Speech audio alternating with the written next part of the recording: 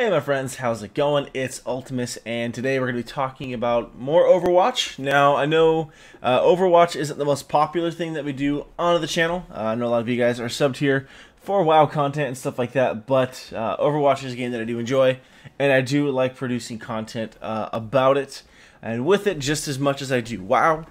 So I thought I would take the time to address and talk about some stuff going on with Overwatch at the moment as soon as I can get my headset sitting comfortably on my big ol' ears. As you are aware, if you play Overwatch, and even if you don't play Overwatch, you're probably aware, is that we now have the Christmas event going on right now, which is, of course, the Winter Wonderland event, right? Cool. A lot of fun, good stuff. I like the colors, I like the themes.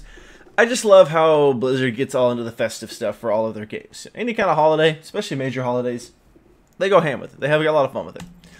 Now, the controversy is, of course, over one thing in particular, and everyone seems to be really pissed off about May. Everyone is, well, okay, I can't say everyone. There are a select number of people, a good amount of people, it seems, that are very upset about May, her skin, the pricing of it, everything. Basically, the short version of that is that they feel that this is just too much of a simple reskin. It shouldn't be a legendary skin, and that it definitely does not deserve the 3,000 gold price point. Okay. Now, I want to share my thoughts on it a little bit, share some, maybe some counter views, and then, of course, ask you guys as well and propose a couple other thoughts as well. Now, we did see quite a few variety of skins out for Christmas. Of course, we saw McCree's, which is pretty cool. I'm not going to go through all of them because we did that previous video. We got one for McCree. We got one for May. Farah's, which is pretty dope, if I do say so myself. We have Reapers, which is pretty cool. And then, of course, we have Roadhogs, which I don't think I have. No, I don't have Roadhogs, which is fine. We got the Roadhog one. There is one for Sombra. There's one for Torbjorn, of course, Tracer, Winston, Zarya, Zenyatta. Okay, so there is a good handful of skins. Now, when you look at stuff like Zenyatta's, which is probably one of the most sought after ones, it's very unique, it's different, it's completely different, of course, than any of his other skins. We have stuff ranging from Egyptian type stuff with Ra and Zenyatta, and we have his different color variations. Then we've got his other two legendary skins, the Zenyatta and Ifrit.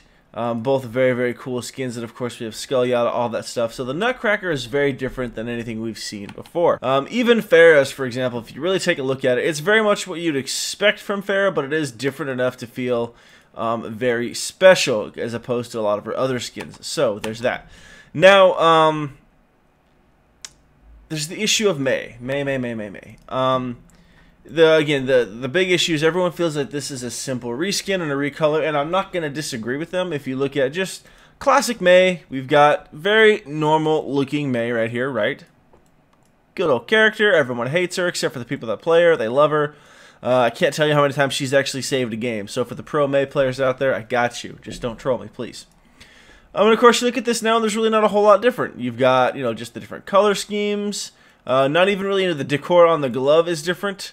You've got the frilliness, from the festive frills on the boots, and of course the hat and everything out there. There's a bow on the robot there in the back. I forget exactly what that's called because I don't play May, so I forget. But that's about it. That's about it. And on one end, I can say this. I can see where people are coming from, that they feel very ripped off. They feel very disappointed in this. Probably not a legendary skin. I will say that. It probably is not a legendary skin. I would put this down with the epics. Because it is cool looking. I want to be very honest about how I feel about this. I think this is a really cool looking skin, but I'm also a fan of very simplistic stuff. When stuff gets overly complicated, it I lose interest in it. It just gets to be too much. I like really simple skins, which was one of the reasons I liked Genji's skin from the summer games. It was very simple, clean cut. There it was. As opposed to his Nomad and Bedouin ones. They're cool, they're dope, and every once in a while I feel like dusting them off and using them. But they aren't as cool to me as, his carbon fiber, the chrome one, and then of course the Nihon. Or if I'm pronouncing that wrong, Nihon. I don't speak Japanese at all, so please forgive me. So I like simple and clean cut, but I can honestly see where people are coming from when they say this does not deserve a legendary price point of 3,000 gold and stuff like that. Definitely could have been better suited as an epic. Now, a lot of this came up from a Reddit post and a post on the forum and stuff like that, and I believe his name is Kaplan. He responded back with a very well-worded response to all of this. He handled it very well. Let's be real, criticism is not easy to take, especially about your baby, right? This is Overwatch. Like, you have to realize this is their baby. This is their thing. They love this game. And so to get really nasty feedback, and because let's be real, when most gamers give feedback, it isn't constructive and it isn't usually very helpful. It's very mean. It tends to be very cutthroat, right? And so to hear a lot of and read a lot of the nasty comments and sort through all of that muck to get to the heart behind it, which is just simply, yeah, people were disappointed. It's got to be hard to do.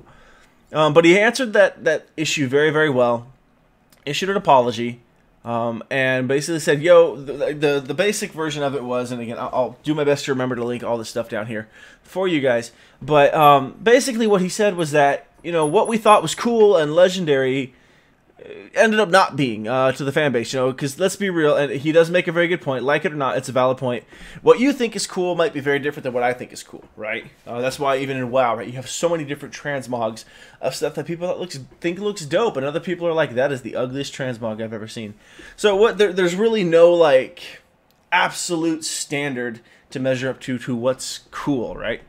And so, you know, for them, they felt like this was the legendary skin. The fan base disagrees. So, again, I really do appreciate his response, and I do appreciate the way he handled himself under criticism.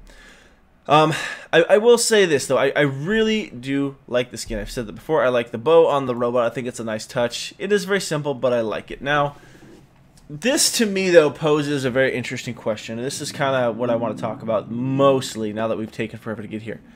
You know, gamers are notorious for it, especially lately, it seems, and maybe I'm wrong, but over the past few years, it seems like it's gotten really bad where gamers just come off as some of the most entitled and just ungrateful group of people ever. Now, that could be the vocal minority. I'm willing to accept that. I understand that it's very much a thing, and I also understand that not everybody looks at things from a very middle ground with a level head. Most people are on one extreme or the other, and there are certain areas of my own life that I'm like, oh, I'm on the extreme of this, one way or the other. But when it comes to games like this, I try to keep in mind that there's a lot of other aspects going to it, rather than just, this is an ugly skin, I deserve better.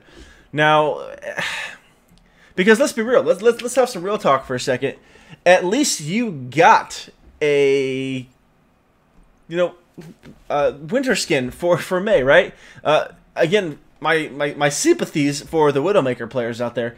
They didn't get a Halloween skin. They didn't get a winter skin.